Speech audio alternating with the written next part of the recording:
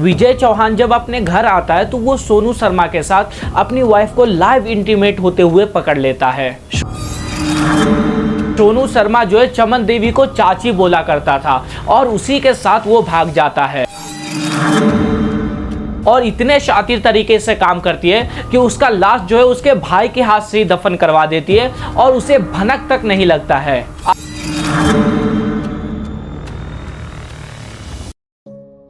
आज से करीबन 8 साल पहले यूपी के जौनपुर जिला में एक कपल की शादी होती है, चमन देवी और विजय चौहान। लेकिन शादी के कुछ ही दिनों बाद चमन देवी और उसके ससुराल वालों के साथ लड़ाई झगड़ा होना शुरू हो जाता है, जिस वजह से विजय चौहान को उसके घर वाले बोलते हैं कि चमन देवी को जो है तुम मुंबई लेके चले जाओ और वहीं अपने साथ रखना, जिस वजह से जो है इसका चिड़चिड़ापन खत्म हो जाएगा और आपस में जितना लड़ाई झगड़ा है वो भी खत्म हो जाएगा। और सेम ऐसे ही किया जाता है, चमन देवी को मुंबई लेकर आ जाया जाता है और नाला सुपारा में एक जगह जो है उसे रख दिया जाता है और चमन देवी जो है पहले से काफी अच्छे तरीके से हंसी खुशी के साथ रहने लगती है। और कुछ दिनों के बाद चमन देवी और विजय चौहान का जो है एक बच्चा भी होता है और विजय चौहान जो है चमन देवी से बहुत खुश हो जाता है, जिसके वजह से विजय चौहान जो है अपनी पत्नी चमन देवी का एक निक नेम भी रख देता है, गुड़िया, जो कि उसे वो प्यार से बुलाया करता। और इस वक्त तक जो है विजय चौहान के पास कुछ पैसा वगैरह भी आ जाता है, जिस वजह से विजय चौहान जो है खुद का घर लेने का भी प्लान करने लगता है, क्योंकि अभी तक जो है विजय चौहान भाड़े से रह रहा था। तो नाला सुपारे में ही जहां पहले रहा करता था वहां से थोड़ी दूर पे वो एक घर लेता है और वो ये नया घर जो लेता है खुद का, वो भी अपने पत्नी चमन देवी के नाम से ही लेता है। लेकिन इस बार जहां वो घर लेता है वहीं पड़ोस में जो है एक लड़का रहा करता था, मोनू शर्मा, और पड़ोस और आसपास में रहने के खातिर विजय चौहान जो है उसके छोटे भाई और मोनू शर्मा का जो है अच्छा दोस्ती हो जाता है, जिस वजह से मोनू शर्मा जो है कभी कभी विजय चौहान के घर पे आना जाना शुरू कर देता है। और मोनू शर्मा जो है अपनी दोस्त की वाइफ को जो है चाची बोला करता था, यानी चमन देवी को मोनू शर्मा जो है वो चाची बोला करता था और विजय चौहान को जो है वो चाचा बोला करता था। और ये लड़का जो था पढ़ाई लिखाई में भी काफी अच्छा था, जिस वजह से मोनू शर्मा और इन लोगों के बीच जो है काफी लगाव हो जाता है और मोनू शर्मा जो है चमन देवी के साथ बहुत ज्यादा बात करने लगता है। लेकिन मोनू शर्मा जो चमन देवी से बात क्या करता था, वो उसे चाची चाची बोलकर बात करता था, जिससे विजय चौहान के छोटे भाई को भी ये लगता था कि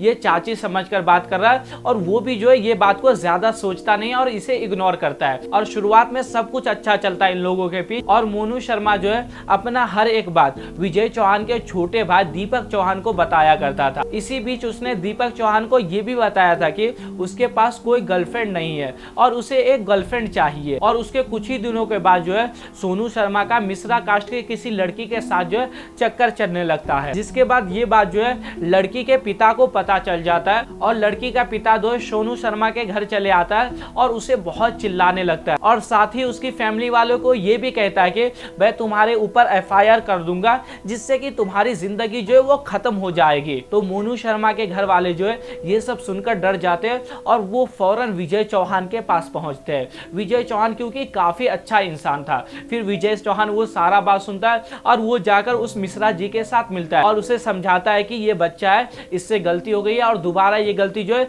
नहीं होगा। अगर आप इसके ऊपर FIR कर दोगे तो इसके जो है जिंदगी खराब हो जाएगी, जिस वजह से मिश्रा जी विजय चौहान की बात मान लेते हैं और ये बात को वहीं खत्म कर देते हैं। लेकिन इसके कुछ ही दिनों के बाद जो है सोनू शर्मा जो है विजय चौहान की पत्नी को जो है पसंद करने लगता है, जिसे कि अभी तक वो चाची चाची बोला करता था। और दोनों अपना नंबर जो है वो एक्सचेंज करते हैं और दोनों बात करना शुरू कर देते हैं। लेकिन इस चीज के बारे में अभी तक विजय चौहान और किसी को जो है खबर नहीं लगता है। और इसी साल 31 के दिन जो है सोनू शर्मा चमन देवी को प्रपोज कर देता है और चमन देवी उसे एक्सेप्ट भी कर लेता है और दोनों आपस में जो है खूब ज्यादा बात करने लगती है और बात के साथ ही मिलना जुलना घूमना फिरना भी जो है दोनों स्टार्ट कर देती है, क्योंकि विजय जो है सुबह 7 बजे काम पर चला जाया करता था और सीधा वो रात को 9 बजे आया करता था। और इसी बात का फायदा जो है मोनू शर्मा उठाता था। जब भी विजय काम के लिए घर से बाहर जाता था तो चमन देवी उसे कॉल करके बुला लेती थी और वहां से सोनू शर्मा और चमन देवी का जो है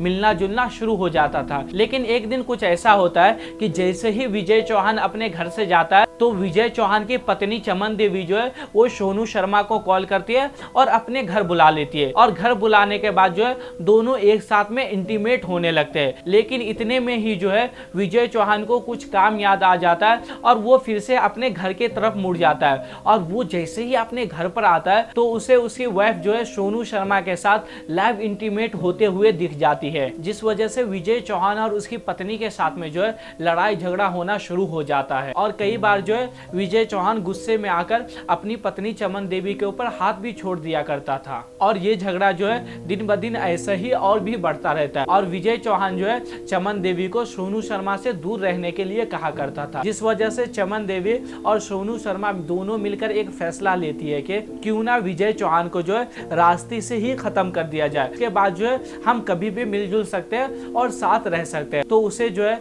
उसकी बीवी चमन, जिसे वो प्यार से गुड़िया बुलाया करता था, उसे नींद का या नशे का दवा खिला देती है। लेकिन दवा खिलाने वाली बात जो है अभी कंफर्म नहीं है। लेकिन हाँ, जैसे ही विजय चौहान सो जाता है उसकी पत्नी जो है उसका गला दबाकर उसका हत्या कर देती। और विजय चौहान जब रात को मर जाता है तो उसे एक कंबल में लपटकर एक साइड में रख देती है और सुबह वो बाहर जाती है और कुछ बेगारी को लेकर आती है। और बेगारी को बुलाने के बाद घर में जो है वो 2x6 का गड्ढा खुदवाती है और वो बेगारी को ये कहती है कि यहाँ पे मुझे पानी टंकी लगवाना है। उसके बाद वो बेगारी से 4 फुट का गड्ढा करवाते हैं और बेगारी को 1200 रुपये देती है मजदूरी, जिसके बाद बेगारी चला जाता है। और उसके बाद गुड़िया जो है अपने हस्बैंड की बॉडी पर अच्छे से नमक लगा देती है और उसे ढककर उस गड्ढे में डाल देती है और उसके ऊपर से मिट्टी डालकर ऊपर से पानी डाल देती है ताकि कुछ भी पता ना चले। और उसके बाद वो दूसरे दिन विजय चौहान के ही बड़े भाई को कॉल करती है और ये कहती है कि घर का जो है टाइल्स टूट गया है, जिस वजह से आपके भैया जो है गुस्सा हो गए और बाहर कुरला चले गए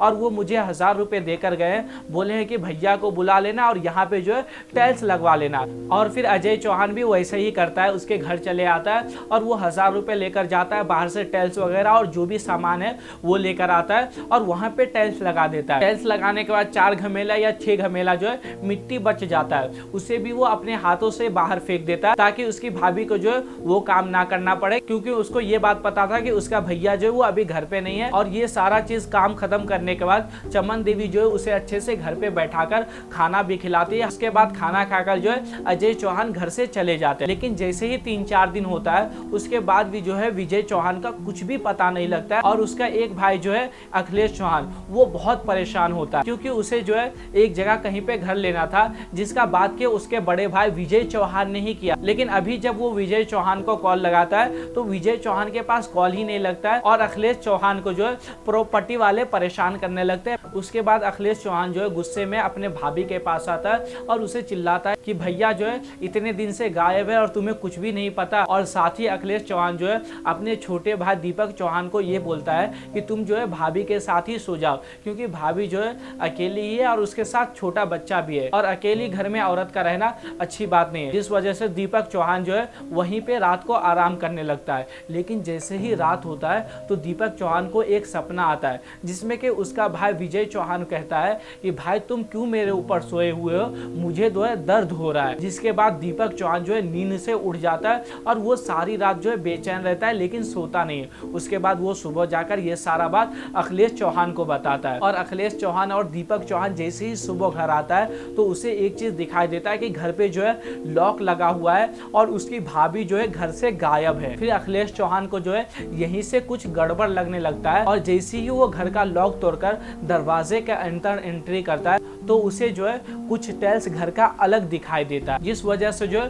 उसे और शक होने लगता है। लेकिन वहीं पे उसका बड़ा भाई ये कहता है कि भाई ये टाइल्स जो है मैंने ही लगाया था, क्योंकि भाभी जो है मुझे कॉल करके ये बोली थी कि यहाँ से पाइप लाइन गया और पाइप जो है लीक होता है जिसकी वजह से पानी अंदर आता है, इसलिए यहाँ पे आपके भैया बोले हैं कि टाइल्स लगा। यहाँ पे जो मोहल्ले वाले मौजूद थे वो ये बात सुनकर हैरान होते हैं और ये कहते हैं कि यहाँ से तो कोई पाइप लाइन ही नहीं है, जिस वजह से अखिलेश चौहान का जो है शक और भी बढ़ जाता है और वो गांव वाले को इकट्ठा करके वहां पे तोड़ना शुरू करते हैं। और जैसे ही वो टाइल्स तोड़ना शुरू करते हैं और घर को खोदते हैं तो अखिलेश चौहान को जो है उसके भाई का कपड़ा दिखने लग जाता है, जिस वजह से अखिलेश चौहान जो है वहीं पे बेहोश हो जाता है। और जब सारा खुदाई होता है तो उसके अंदर से जो है विजय चौहान का लाश निकलता है। उसके बाद जो है ये केस यहीं से फिर जाता है एक एक्स्ट्रा मैरिटल अफेयर केस के लिए। ये केस सेम वैसा ही है जैसा कि आपको दृश्यम मूवी में दिखाया गया था। उसके बाद जो है लोग चमन देवी को तलाश करना शुरू कर देते हैं, लेकिन चमन देवी का कहीं पता नहीं लगता। इसी के बाद कुछ लोग ये कहते हैं कि चमन देवी को जो है लास्ट टाइम सर्वेश गिरी नाम के एक इंसान के साथ देखा गया था। तो लोग जो उसके दुकान पे पहुंचते थे, वो जो है टेक्निकल से लेकर छोटे मोटा काम किया करता था, जैसा कि किसी का आधार कार्ड या किसी के एटीएम का जो है पिन चेंज करना। तो विजय चौहान की पत्नी गुड़िया जो है उसी काम से उसके पास गई अपने एटीएम का पिन चेंज करवाने के लिए, क्योंकि विजय चौहान के अकाउंट में जो है 1 लाख रुपया था और उसे हाल ही किसी बीमा का जो है 6 लाख रुपए भी मिला था या मिलने वाला था, जिस वजह से जो है वो पिन चेंज करवाने के लिए उस दुकान वाले के पास पहुंचती है। लेकिन उस दुकान वाले जब उसके मोबाइल से पिन चेंज करने की कोशिश करते हैं तो वो पिन जो है नहीं चेंज होता है, जिस वजह से जो वो ब्रांच में लेकर जाने लगता है पिन चेंज करने के लिए। लेकिन वो ये कहती है कि पिन जो है भैया आप बाद में चेंज कर देना, आप अभी मुझे यहीं पे छोड़ दो स्टेशन के पास, मुझे कुछ काम है। उसके बाद जो वो मोबाइल दुकान वाला वहीं पे उसे छोड़ देता है और वहां से जो है गुड़िया और मोनू शर्मा जो है दोनों फरार हो जाते हैं। और पुलिस भी ढूंढ रही थी लेकिन कुछ भी पता नहीं चलता है। और पुलिस जब सर्वेश गिरी को वहां से उठाती है और उससे भी पूछताछ करती है तो उससे जो है ये साफ हो जाता है कि सर्वेश गिरी जो है वो गुनहगार नहीं है। उसके बाद पुलिस जो है फिर से उसे ढूंढना शुरू कर देता है, लेकिन अभी भी गुड़िया और सोनू शर्मा का जो है कुछ भी पता नहीं लगता है। लेकिन एक दिन जैसे ही गुड़िया जो है अपना सिम लगाती है पैसे निकालने के लिए, क्योंकि वो जब भी पैसे निकाला करती थी तो विजय चौहान के नंबर पे ओटीपी आया करता था। तो जैसे ही वो ओटीपी के लिए सिम लगाती है तो पुलिस वाले को जो है उसके बारे में पता चल जाता है कि वो पुणे में, और तुरंत कुछ पुलिस वाले जो है पुणे में उस जगह लोकेशन पे पहुंचते हैं। लेकिन वहां जैसे ही पहुंचते हैं तो गुड़िया नजर नहीं आती है, लेकिन एक पुलिस वाला जो है गुड़िया के बेटे को देख लेता है और वहीं पे साथ में एक औरत भी दिखाई देती है जो कि अपने मुंह को ढक रखी थी, और वहीं से ये साफ हो जाता है कि ये वही औरत है गुड़िया। फिर वहां से गुड़िया और सोनू को जो है अरेस्ट कर लिया जाता है और अभी गुड़िया और मोनू शर्मा जो है पुलिस के हिरासत में। अभी दोनों को कोई भी सजा नहीं दिया गया। अब इसमें गुड़िया गुनहगार है या मोनू शर्मा, इसके बारे में तो कुछ भी नहीं पता चला है, और इन दोनों में से किसको सजा मिलता है ये तो आने वाला वक्त ही बताया।